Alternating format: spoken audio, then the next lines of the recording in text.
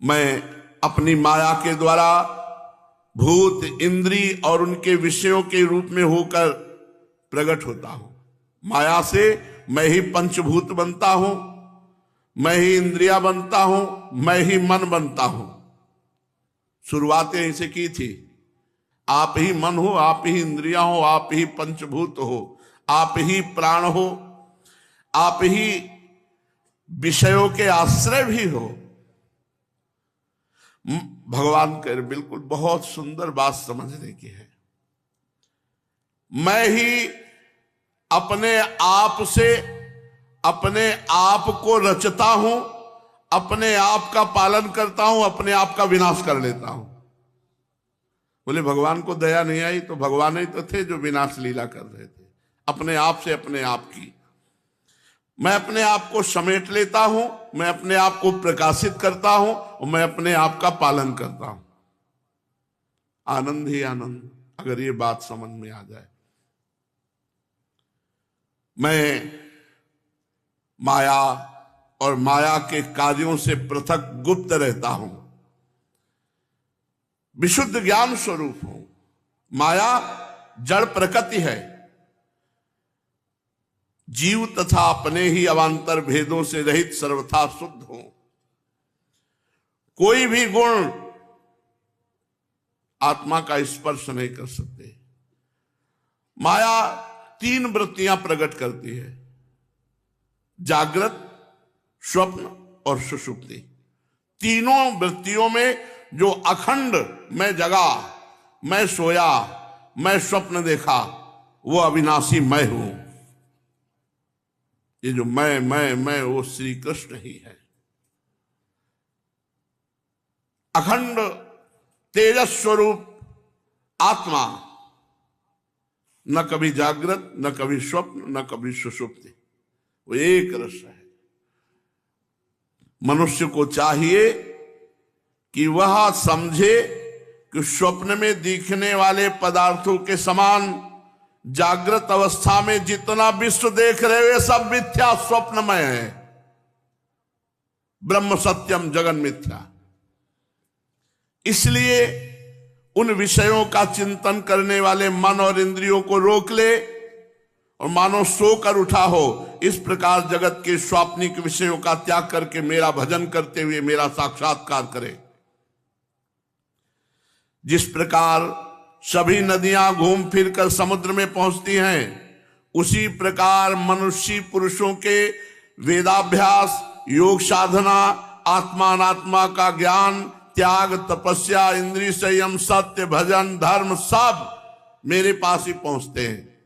इसलिए मेरी ही उपासना करो। सबका सच्चा फल मैं हूं, मेरा साक्षात्कार है। क्योंकि सब मन को निरुद्ध करके मेरे में ही लगाते, चाहे देवी बोलो, चाहे देवता बोलो, चाहे जो नाम बोलो, सब रूपों में मेरे भगवान ही विराजमान। वासुदेवा सर्वम। गोपियों, इसमें संदेह नहीं कि मैं तुम्हारे नयनों का ध्रुव तारा हूं, तुम्हारा जीवन सर्वस्व हूं। किंतु मैं जो तुमसे इतना दूर रह रहा हूं उसका कारण यही है कि तुम निरंतर मेरा स्मरण कर सको। शरीर से दूर रहने पर भी मन से तुम मेरी सन्निधि का अनुभव करो। तुम्हारा मन मेरे पास है। देखो, जैसे स्त्री का परदेश गए हुए पति के प्रति बराबर चित्त जैसा लगा रहता है, उतना आंखों के सामने पास रहने वाले पति में नहीं लगता। मान लो पास पति है तो उतना मन नहीं लगेगा, लेकिन वो पति परदेश है तो रात दिन उसी में मन लगा रहेगा। इसलिए संपूर्ण वृत्तियों से रहित संपूर्णता तुम मन मुझ में लगाकर मेरा स्मरण करोगी तो मेरे में ही सदा विराजमान रहोगी। हे कल्याणियों, जिस समय मैंने वृंदावन में शारदी पूर्णिमा की रात्रि में रास क्रीड़ा की थी, उस समय जो गोपियां स्वजनों के रोक लेने से ब्रज में ही रह गई थी, घर में मेरे साथ रास विहार में सम्मिलित नहीं हो सकी थी, वे मेरी लीलाओं का स्मरण करके ही मुझको प्राप्त हो गए। इसलिए तुम मेरी लीलाओं का चिंतन करो, मैं तुमसे मिलूंगा अवश्य, निराश होने की कोई बात नहीं। परीक्षित, अपने प्रीतम श्री कृष्ण का यह संदेशा सुनकर गोपियों को बड़ा आनंद हुआ। उनके संदेश से उन्हें श्री कृष्ण के स्वरूप और एक एक लीला की याद आने लगी। प्रेम से भर करके उन्होंने उद्धव जी से कहा, गोपियों ने कहा, उद्धव जी, बड़े सौभाग्य और आनंद की बात है कि हमारे श्री कृष्ण सकुशल हैं। दूसरी बात यह और आनंद की बात है कि यदुवंशियों और भक्तों और संतों को सताने वाला पापी कंस मारा गया अपने अनुयायियों के साथ। और आनंद की यह बात है कि श्री कृष्ण के बंधु बांधव और गुरुजनों के सारे मनोरथ पूर्ण हो गए, क्योंकि हमारे प्यारे श्याम सुंदर उनके साथ सकुशल निवास कर रहे हैं। पर उद्धव जी, एक बात हमें बताइए, जिस प्रकार हम अपनी प्रेम भरी लजीली मुस्कान उन्मत्त चितवन से उनकी पूजा करती थी, वे भी हमसे प्यार करते थे। क्या मथुरा की स्त्रियां भी ऐसे ही प्रेम करती हैं? दूसरी गोपी बोल उठी, अरे सखी, हमारे प्यारे श्याम सुंदर तो प्रेम की मोहिनी कला के विशेषज्ञ हैं। सभी श्रेष्ठ स्त्रियां उनसे प्यार करती हैं। फिर भला मथुरा की स्त्रियां, अरे मीठी मीठी बातें, हाव भाव और चितवन से सब रीझ गई होंगी श्री कृष्ण पर। तो अगली गोपी बोली, अरे सखी, ये बताओ, इनसे पूछो कि जब नगर नारियों की मंडली में कोई बात चलती है तो हमारे प्यारे स्वच्छंद रूप से बिना किसी संकोच के प्रेम की बातें करने लगते हैं। क्या कभी प्रसंगवश हम गंवार ग्वालिनों की भी याद करते हैं श्री कृष्ण? कुछ गोपी ने कहा कि उद्धव जी, क्या कभी श्री कृष्ण को उन रात्रियों का स्मरण है जब कुमुदिनी और कुंद के पुष्प खिले हुए थे, चारों ओर चांदनी छिटक रही थी, वृंदावन अत्यंत रमणीय हो रहा था। उन रात्रियों में ही उन्होंने रास मंडल बनाकर हम लोगों के साथ नृत्य किया। कितनी सुंदर थी वह रास लीला। उस समय हम लोगों के पैरों के नूपुर रुंझुन रुंझुन बज रहे थे। हम सब सखियां उन्हीं के सुंदर सुंदर लीलाओं का गान कर रही थी। वे हमारे साथ नाना प्रकार की लीलाएं कर रहे थे। कुछ दूसरी गोपियां बोल उठी, उद्धव जी, हम सब तो उन्हीं के विरह की आग से जल रही हैं। देवराज इंद्र जैसे जल बरसाकर वन को हरा भरा कर देते हैं, उसी प्रकार क्या कभी श्री कृष्ण भी अपने कर स्पर्श आदि से अपना दर्शन देकर हमें जीवन दान देने के लिए यहां आएंगे? तब तक एक गोपी ने कहा, अरे सखी, वो क्यों अब आएंगे? शत्रुओं को मारकर राज्य पा लिया, जिसे देखो वही उनका सुहृद होता है। बड़े बड़े नरपत की कुमारियों से अब वो विवाह करेंगे, आनंद पूर्वक रहेंगे। यहां हम ग्वालिनों के पास क्यों आएंगे? दूसरी गोपी ने कहा, नहीं नहीं सखी, श्री कृष्ण महात्मा है, स्वयं लक्ष्मीपति है, उनकी कोई कामना नहीं है, वे पूर्ण काम है। हम वनवासिनी ग्वालिनों या दूसरी राजकुमारियों से उनका कोई प्रयोजन नहीं है। तब एक सखी ने कहा, सखी, तुम्हें एक बात बताऊं, वैश्या होने पर भी पिंगला ने बहुत ठीक कहा है कि संसार में किसी की आशा ना रखना ही सबसे बड़ा सुख है। परम सौख्यम ही नैरास्यम स्वैरिण्यप्याह पिंगला तज्जानती नाम नः कृष्णे तथा प्यासा दुरत्यया। किसी की आशा रखना ही सबसे बड़ा दुख है। फिर भी हम श्री कृष्ण की आशा को छोड़ने में असमर्थ हैं और उसी आशा से हमारे प्राण जीवित हैं। हमारे प्यारे श्याम सुंदर ने, जिनकी कीर्ति का गान बड़े बड़े महात्मा करते रहते हैं, हमसे एकांत में जो मीठी मीठी प्रेम की बातें की, हम उन्हें छोड़ने का, भुलाने का उत्साह भी कैसे कर सकती है? देखो तो, उनकी इच्छा ना होने पर भी स्वयं लक्ष्मी जी उनके चरणों से लिपटी रहती हैं। एक क्षण के लिए भी उनका संग छोड़कर कहीं नहीं जाती। एक सखी ने कहा, उद्धव जी, ये वह नदी है जिसमें वो जल विहार करते थे, ये वही गोवर्धन है जिनके ठीक वैसी ही बंसी की तान हमारे कानों में गूंजती रहती है जैसी वे अपने अधरों के संयोग से छेड़ा करते थे। बलराम जी के साथ श्री कृष्ण ने इन सभी का सेवन किया है। उद्धव जी, वृंदावन का एक एक कण, एक एक धूलि कण, एक एक कोना, एक एक वृक्ष, कोई ऐसा नहीं जो श्री कृष्ण का आलिंगन स्पर्श न प्राप्त किए हो। इन्हें जब हम देखती हैं, सुनती हैं, दिन भर यही तो करती रहती हैं, तब तब वे हमारे प्यारे श्याम सुंदर नंद नंदन को हमारे नेत्रों के सामने लाकर रख देते हैं। उद्धव जी, हम मर भले सकते हैं लेकिन उनको भूल नहीं सकती, ये खास बात है। तद्विस्मरणेन परम व्याकुलतेति, हम मर सकते हैं पर उन्हें भूल नहीं सकती। उनकी वो हंस की सी सुंदर चाल, उन्मत्त हास्य, विलासपूर्ण चितवन, मधुमयी वाणी, आह, उन सब ने हमारे चित्त को चुरा लिया है। हमारा मन हमारे वश में नहीं। अब हम उन्हें भूले तो किस तरह। हमारे प्यारे श्री कृष्ण मानो भगवान सामने हो गए। अब वो कहे, हमारे प्यारे श्री कृष्ण, तुम ही हमारे जीवन के स्वामी हो, सर्वस्व हो। प्यारे, तुम लक्ष्मी नाथ हो तो हुआ करो, लेकिन हमारे लिए तो ब्रजनाथ हो ना। हम ब्रज गोपियों के एकमात्र तुम ही सच्चे स्वामी हो। हे श्याम सुंदर, तुमने बार बार हमारी व्यथा मिटाई है, हमारे संकट काटे हैं। हे गोविंद, तुम गौओं से बहुत प्रेम करते हो। तुम्हारा ये सारा गोकुल, जिसमें ग्वाल बाल, माता पिता, गौएं और हम गोपियां सब कोई हैं, दुख के अपार सागर में डूब रहा है। हे गोविंद, हे कृष्ण, तुम मुझे दुख से बचाओ, इस अपार विरह दुख से बचाओ, हमारी रक्षा करो।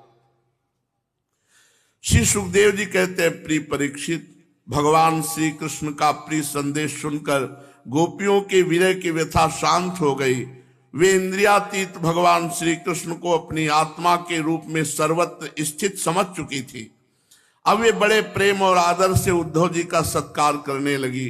उद्धव जी गोपियों की विरह व्यथा मिटाने के लिए कई महीने तक ब्रज में रहे और भगवान श्री कृष्ण की अनेक लीलाएं पूछ पूछ कर, यहां भगवान ने क्या किया, यहां भगवान ने क्या किया, ऐसे लीलाएं सुन सुन करके गोपियों को भी आनंद मगन करते। और उद्धव जी नंद बाबा के ब्रज में जितने दिनों तक उद्धव रहे, उतने दिनों तक भगवान श्री कृष्ण की लीला की चर्चा होते रहने के कारण ब्रजवासियों को ऐसा जान पड़ा कि उद्धव जी को आए तो अभी एक ही क्षण हुआ है।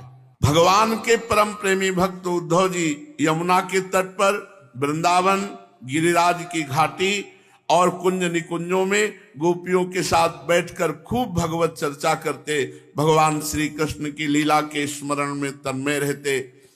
भगवान श्री कृष्ण के प्रेम में विकल होकर के गोपिकाओं की जो स्थितियां उद्धव जी के सामने प्रकट हुई, उद्धव जी ने उन स्थितियों को देख करके गोपियों के चरणों में साष्टांग दंडवत, बार बार नमस्कार, और कहने लगे कि इस पृथ्वी पर केवल गोपियों का शरीर धारण करना धन्य हो गया, क्योंकि सर्वात्मा श्री कृष्ण में ऐसे दिव्य प्रेम, ऐसी महाभावमय स्थिति, प्रेम की ये ऊंची से ऊंची स्थिति गोपी जनों को प्राप्त हुई।